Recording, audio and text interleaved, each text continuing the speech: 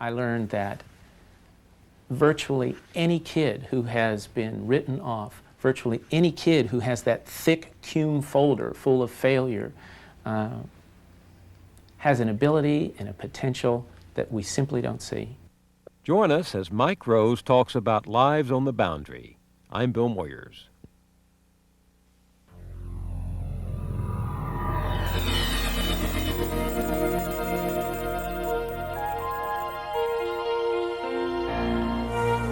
A World of Ideas with Bill Moyers. Funding for this program is provided by the John D. and Catherine T. MacArthur Foundation, a catalyst for change. Corporate underwriting is provided by General Motors.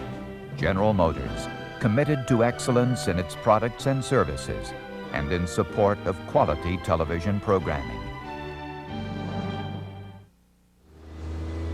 Mike Rose was raised here on the streets of Los Angeles, in a poor neighborhood, in a school that did not expect him to succeed. But succeed he did. He became a teacher, and for more than 20 years he has worked with people on the margin, inner city children, Vietnam veterans, students in a poor community college, adults trying to overcome a lifetime of disadvantage. Now Rose is the associate director of the UCLA writing program, where he teaches students how to enter and succeed in the academy. In Lives on the Boundary, he writes about his students, many of them poor, all of them labeled failures. We talked at his home in Los Angeles. You said in your book, the more I come to understand education, the more I come to believe in the power of invitation. Why invitation? The way I view education, it's an invitation. It is an attempt to bring people into a kind of conversation, into a set of ideas, into ways of thinking and conversing, reading and writing that's new to them. I like that term, entering a conversation. Yeah. Education does that, doesn't it? It invites you into the democratic conversation. Well, when it's done right, I think it does that. You've been teaching how long now?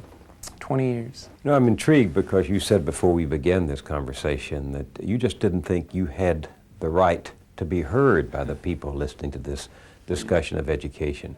Isn't it foolish? I thought of, you know, the 2 days before we were to get together, I went through every sort of, I played out every awful scenario you could imagine, from throwing up on my shoes to passing out in my chair to embarrassing you or embarrassing myself. And I realized finally that what it was this long-standing feeling that I guess that develops in a lot of us that grow up in the working class and then find ourselves suddenly, or not so suddenly, in arenas that are very different from the ones we grew up in. I think I continue to live with that sort of nagging uncertainty, that nagging doubt that I have the right to speak to a public about many of these issues. Because you're from the working class? Well, it's not that explicit, you know. I mean, I wish I could say it that articulately to myself, because then I could prove it to be nonsense, right? But it's rather that, I like the phrase from that wonderful book, I like the phrase, the hidden injuries of class. It's like a kind of lingering doubt that's hard for me to grab onto, but is there. And I think it stays with a number of us who sort of move up through the class system and end up in a profession that is highly status-laden. What does that say about the mystique of education in this country, that somehow experience, which you have after 20 years of teaching street kids, slum kids, illiterate adults, people who can't get out of the neighborhoods, the lost people of our society, out of the loop of America, what does it say about the mystique of education that you don't take yourself quite seriously enough as a competent authority? Yeah, interesting, isn't it? The mystique, in fact, the raw power of education, particularly higher education, you know, the further you move up that the ladder of the educational system, it is so powerful, I think, that it can act to deny our most immediate and true experience. It's interesting because it manifests itself in lots of ways. People who are sullen and silent, or people who kind of act out, you know, make lots of noise, or joke around a lot, become the class clown, people who get stoned, people who are absent a lot. All of these are ways, I think, that they're defending against that very feeling that we're talking about, the feeling of not belonging, of being inadequate. Do you remember some of those kids you taught 20 years ago when you were in the teacher corps, kids like Dora and Jesus? And Yeah, I do. And what did they teach you? Yeah, good question. It's one that's rarely asked. You had to learn from them. Did I ever learn from them? I learned that virtually any kid who has been written off, virtually any kid who has that thick cum folder full of failure, has an ability and a potential that we simply don't see. And what I found again and again was that they just had all this ability, the ability to tell stories and write them, the ability to talk to each other about the reading they did and create interesting kinds of connections between the readings. They had an ability to get very excited about language use in a way you could have never predicted from what the objective tests said and what the records in their cumulative folders said. And writing has something to do with the primal pulse to survive, doesn't it? If you can put it on paper, you somehow have a foothold. You have a foothold. You also, I think, see your experience validated or reflected anyway in a medium that has always seemed very foreign to you. I mean, writing, for even these kids in the 4th and 5th grade, writing was a distant, foreign, frightening experience. And what I hope I was able to do with them was to get them to see that with writing, they could render some of the things that they saw, some of the things that were important to them to talk about. They could also play. They could play with writing. My God, play with writing. What a wonderful thing that is. Was this true also of the adults you taught, the illiterate men who came to you back from Vietnam looking for a way to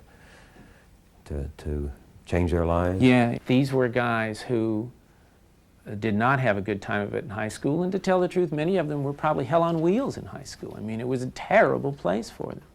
And after the experience of Vietnam, what they saw with blinding clarity was that they needed to get up and out of that pool of men that could be called on so readily to go into that kind of horror. Those who shoot and get shot at. That's right. That's where we take most of our fodder. That's exactly That's right. what we did in the Vietnam War. That's right. And these guys knew what fodder was, and they didn't want to be that. You called them strangers in a strange land. Yeah. Yeah. This was the place where they were going to get another shot to get themselves ready for this strange land that had always seemed so distant to them, the world of higher education. There are a lot of cliches that we use about people like this, that they've abandoned the word, they've ceased to care about ideas, simple reading is beyond them. Yeah. Did you hear those a lot said about these kind of people? Oh, absolutely, and you still do. I mean, pick up the newspaper, look at the crisis reports, hear the cloistered academicians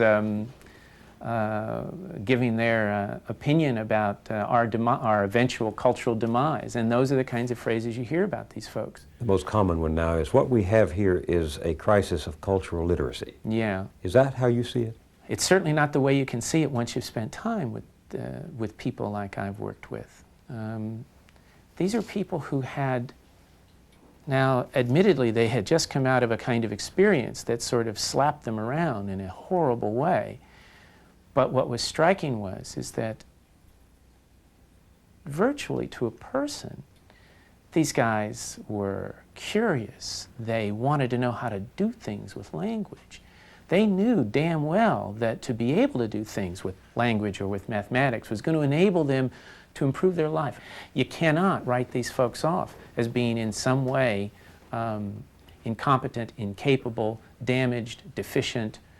It's that they never had the right kinds of opportunities, the right chances. Your parents were immigrants from Italy? Yeah. Came here looking for opportunity? Yeah, it's the immigrant story, isn't it? I mean, we lived in South Central Los Angeles. We were able to rent a house.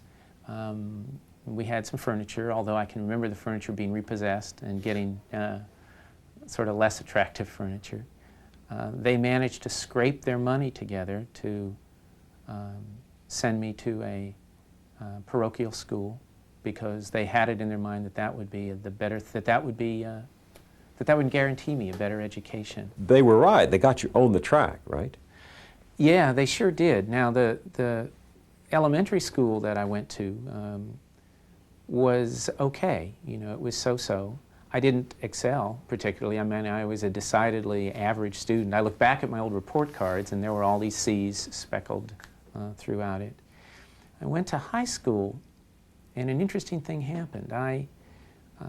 My entrance tests, you know, you always take IQ tests and all that sort of thing when you enter school. And my tests were confused with somebody else's, and I was placed in the vocational track, which everybody pretty much admits is, with few exceptions, a euphemism for the bottom rung.